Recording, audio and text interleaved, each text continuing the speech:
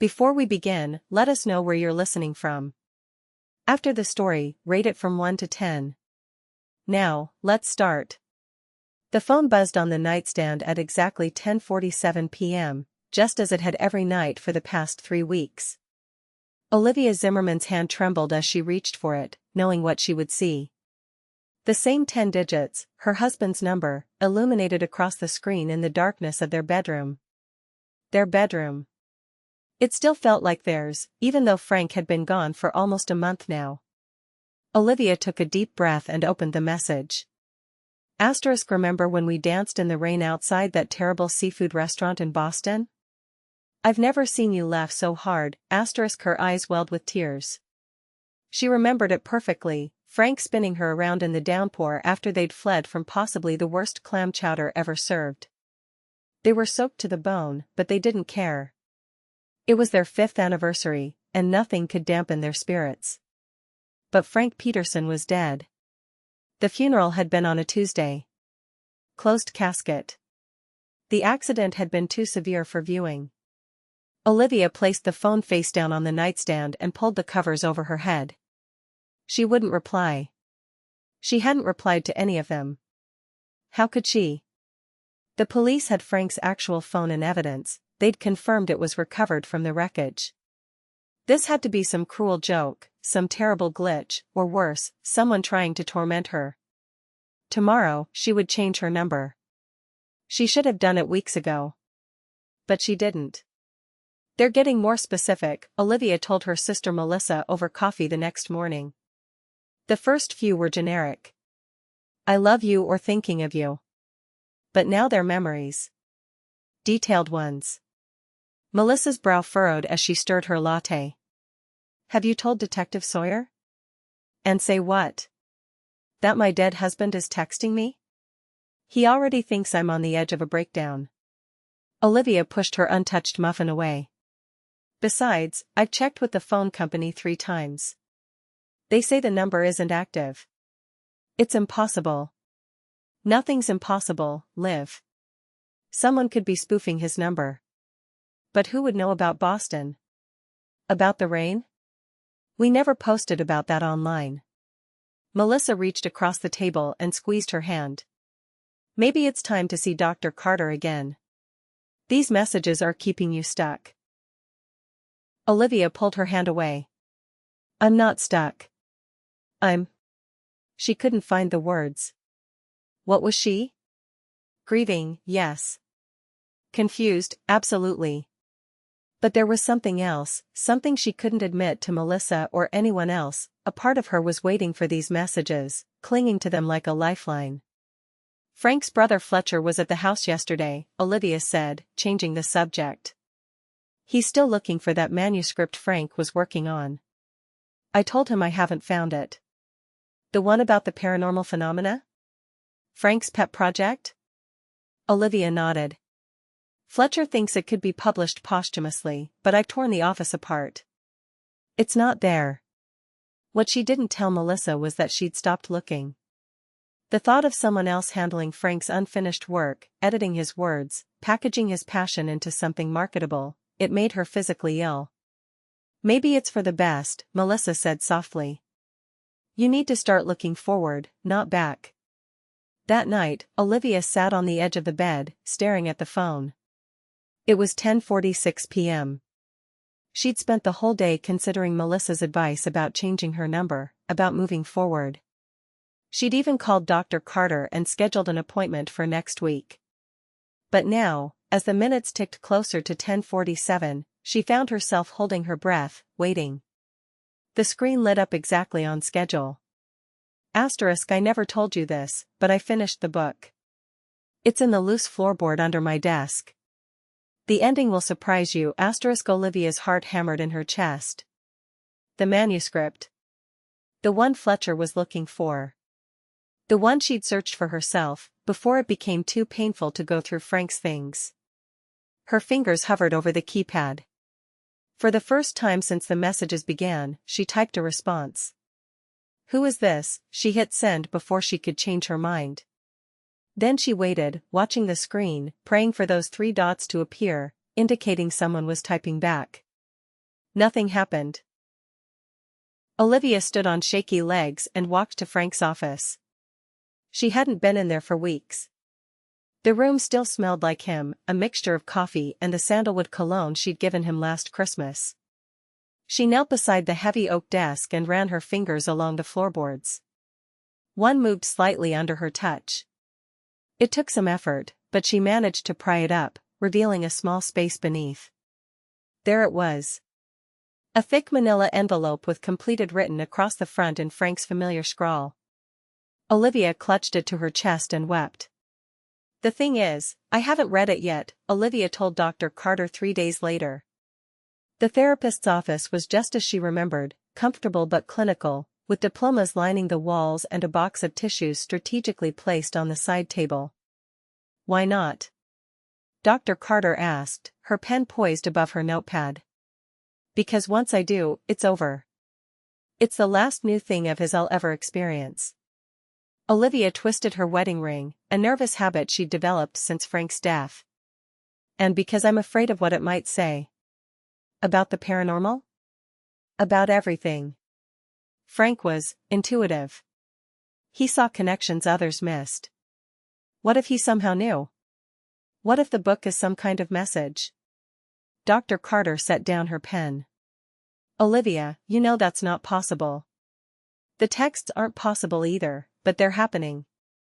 Olivia leaned forward. "And they're getting more frequent. Last night I got 2. "What did they say?" "The first was at the usual time, 10:47. It said, 'Read the book, Liv. Please.' The second came at 3:12 a.m. It woke me up." "And?" Olivia swallowed hard. "It said, 'I didn't die in that car, Olivia.'" The silence that followed was heavy. Dr. Carter finally broke it. "Have you considered that someone might be manipulating you? Perhaps someone who wants Frank's manuscript? Like Fletcher?" Olivia shook her head. "He barely understands how to use email. And no one else knew about the manuscript's hiding place. The mind can play tricks on us when we're grieving, Olivia. We seek patterns, connections, anything to make sense of our loss." "So you think I'm imagining the texts?" "No. I think they're real messages, but not from Frank. Perhaps from someone who wants to keep you connected to your grief, or someone who stands to gain from your emotional vulnerability." Olivia hadn't considered that possibility. But who would do that? And why? That's what we need to find out. Detective Sawyer's office was cluttered but organized in a way that suggested he knew exactly where everything was. He listened without interrupting as Olivia explained the situation, then examined her phone, scrolling through the messages. "And you're certain no one else knew about this manuscript or its hiding place?" he asked. "Positive. Frank was secretive about his work. Even I didn't know he'd finished it." Sawyer handed the phone back. "Mrs. Zimmerman, I understand how difficult this must be for you. But technology can be unpredictable. Numbers can be cloned, messages scheduled. But these aren't scheduled. They respond to what's happening in my life. Have you replied to any others besides the one you showed me?" Olivia hesitated. "Yes. Last night, after the 3 a.m. text. I asked what it meant, that he didn't die in the car." "And the response?" "Nothing yet. She didn't tell him about the fear that had kept her awake until dawn, or how she'd finally fallen asleep with the phone clutched in her hand." Sawyer sighed. "Look, I can have our tech team look into this, but I need to be honest, unless there's a clear threat, this isn't high priority. Have you considered changing my number?" "Yes. Everyone's suggested that. But you haven't." Olivia met his gaze. "Would you? If it were your wife's voice from beyond the grave?" Something in Sawyer's expression softened. "I don't know. But I do know that holding on too tightly to the past can prevent us from seeing what's right in front of us." That night, Olivia sat at Frank's desk with the manuscript open before her. She'd been staring at the title page for nearly an hour, the thin places, Where the Veil Between Worlds Dissolves, by Frank Peterson. She turned to the first chapter, titled Communications from the Other Side. Her phone buzzed. 10:47 p.m. You're reading it. Good. Page 143 is important, her hands shaking. Olivia flipped through the pages until she reached 143. The chapter was called Digital Echoes, and it discussed theories about consciousness imprinting itself on technology. Some researchers believe that in moments of extreme emotion or trauma, a person's electromagnetic field can essentially download itself into nearby electronic devices, she read aloud. These imprints may then manifest as anomalous phenomena, unexplained messages, calls, or even images appearing on digital platforms associated with the deceased. Olivia's mouth went dry. Frank had been researching this exact scenario, messages from beyond, before his death. The phone buzzed again. I tried to tell you. The accident wasn't what they said. Check the medical examiner's report. Owen has it. Owen. Dr. Owen Taylor. The medical examiner who had pronounced Frank dead at the scene. They'd met him once at a faculty dinner. Frank had been teaching part-time at the local community college. Olivia quickly typed, Frank, is that really you? How is this possible? 3 dots appeared, then disappeared. Then, finally, the body wasn't mine. Dr. Owen Taylor looked surprised when Olivia showed up at his office the next morning, but he invited her in nonetheless. Mrs. Zimmerman, I'm so sorry for your loss. What can I do for you? Olivia had rehearsed this conversation a dozen times, but now that she was here, the words seemed absurd. I need to see my husband's autopsy report. Dr. Taylor's expression shifted from sympathy to concern. That's unusual. May I ask why? I have reason to believe there may have been a mistake. A mistake? His voice was gentle but firm. Mrs. Zimmerman, I performed the examination myself. The identification was conclusive based on dental records. Olivia hadn't expected that. Dental records? Not visual identification? The body was severely burned in the post-crash fire. Visual identification wasn't possible. Something cold settled in Olivia's stomach. But I was told the casket was closed because of trauma, not burns. Dr. Taylor looked uncomfortable. Sometimes we soften certain details for the family's sake. I apologize if that caused confusion. I need to see the report, Olivia insisted. Please. After a moment's hesitation, Dr. Taylor nodded. I'll need to get approval, but I can probably have it for you tomorrow. Will that work? It would have to. Olivia spent the rest of the day reading Frank's manuscript. It was brilliant, a scholarly yet accessible exploration of paranormal phenomena, focusing particularly on communication with the deceased. Frank had interviewed dozens of people who claimed to have received messages from dead loved ones, as well as scientists studying consciousness after death. The manuscript read like a roadmap to her current situation. At 10:47 that night, the message came as expected. Did you talk to Owen? Yes.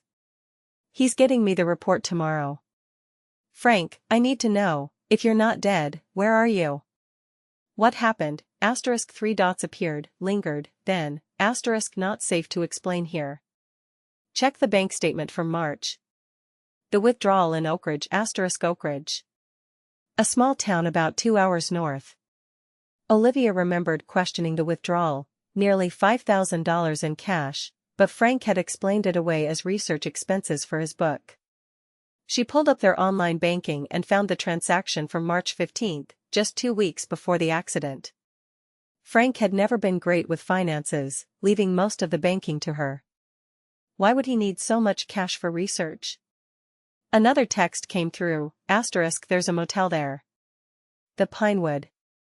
Room 17. Go tomorrow. Alone, Olivia's heart raced. Was she really considering this? Following mysterious text messages to a motel in the middle of nowhere? How do I know this is really you? She typed. The response came almost immediately, on our wedding night, you whispered something in my ear before we fell asleep. Only I would know what it was. Olivia's breath caught. She remembered exactly what she'd whispered, a private promise, never shared with anyone else. Tell me, she challenged. Even when we're old and gray, I'll still sneak chocolate into the movies for you. Tears sprang to her eyes. It was word for word what she'd said, teasing him about how he'd always smuggle candy into theaters in his coat pockets. She made her decision. I'll go to Oak Ridge tomorrow. The Pinewood Motel had seen better days.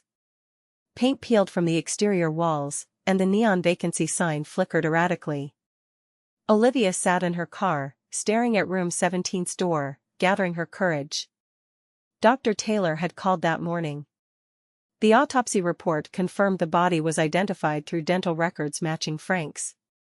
The cause of death was listed as blunt force trauma and severe burns. Everything appeared in order. Yet here she was, following text messages from beyond the grave. Finally, she approached the room and knocked. No answer. She tried the handle, locked. Can I help you, ma'am? The motel manager, an elderly man with thick glasses, had appeared behind her. I'm supposed to meet someone in room 17, she explained. Nobody's checked into that room for weeks. He eyed her suspiciously. Who told you to come here? She hesitated. My husband. Something in the man's expression changed. You Olivia? Her heart skipped. Yes. He reached into his pocket and pulled out a key. Been holding this for almost a month now. Fella paid me to give it to an Olivia Zimmerman if she ever showed up asking about room 17. With trembling fingers, Olivia took the key. What did he look like? The man who gave you this? The manager shrugged. Tall, brown hair. Glasses. Kept to himself mostly. Stayed about a week, then left in a hurry one night. Said if you came, I should tell you it wasn't safe for him to stay. Frank. It had to be. Olivia unlocked the door and stepped inside. The room was small and dated, with faded wallpaper and a sagging queen bed. It appeared untouched since its last occupant. The bed was made, the surfaces dust-free. On the desk sat a laptop. She opened it. The screen came to life immediately, no password required. A video file was open in the media player, ready to be played. Olivia clicked play and gasped as Frank's face filled the screen. Liv, he said, his eyes tired but alert. If you're watching this, it means you got my messages. I don't have much time, so listen carefully. What happened to me, the accident, it wasn't an accident. And I'm not in that grave they showed you. Tears streamed down Olivia's face as she watched her husband, very much alive, explain how his research had led him to something dangerous, evidence of a classified government program experimenting with consciousness transfer. He'd discovered proof that certain high-ranking officials were using the technology unethically. They realized I knew too much, Frank continued. They were coming for me, so I had to disappear. The man in the car, he was already dead when they put him there. They used my dental records to identify him, records they stole from Dr. Mitchell's office last year during that break-in we thought was just for prescription pads. Olivia remembered the incident. Their dentist's office had been burglarized, but nothing of value had seemed missing. I've left evidence in a secure location. The GPS coordinates are in a file on this computer. Get it to Detective Sawyer, only him, Liv. He's one of the few I trust. I'm sorry for putting you through this hell, but I had to make everyone, including you, believe I was dead until I could secure the evidence. Frank's eyes filled with tears. I love you more than anything, Olivia. And I promise, once this is over, I'll come home to you.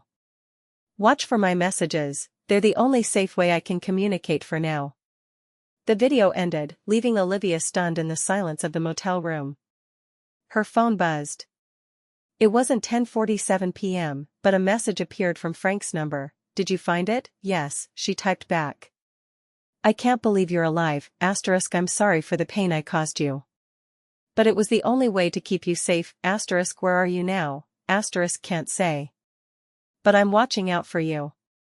Get the evidence to Sawyer. Then wait, for what? For me to come home. 3 weeks later, Olivia sat in her living room, watching the news. The story had broken that morning, a major scandal involving illegal human experimentation by a shadow division within the government. Several high-ranking officials had been arrested. Detective Sawyer was quoted in the article, crediting an anonymous whistleblower for providing crucial evidence. Her phone buzzed. It was only 7:13 p.m., not their usual time. Turn around. Olivia's heart stopped. Slowly, she stood and turned toward the doorway. Frank stood there, thinner than she remembered, his hair a different color, but unmistakably her husband. His eyes, filled with tears, met hers. "Liv," he whispered. She crossed the room in 3 strides and threw herself into his arms, feeling the solid reality of him, warm, breathing, alive. "I'm so sorry," he murmured into her hair.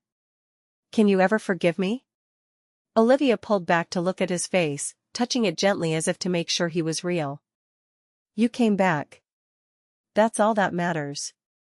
That night, as they lay together in their bed, Frank's phone buzzed on the nightstand. 10:47 p.m.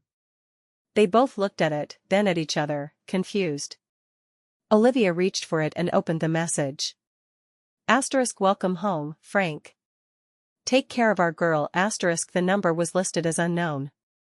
Frank took the phone from her, staring at the message in disbelief. "How is this possible?"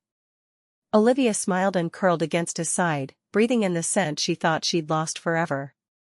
Maybe there are thin places after all. Places where love breaks through, even from beyond.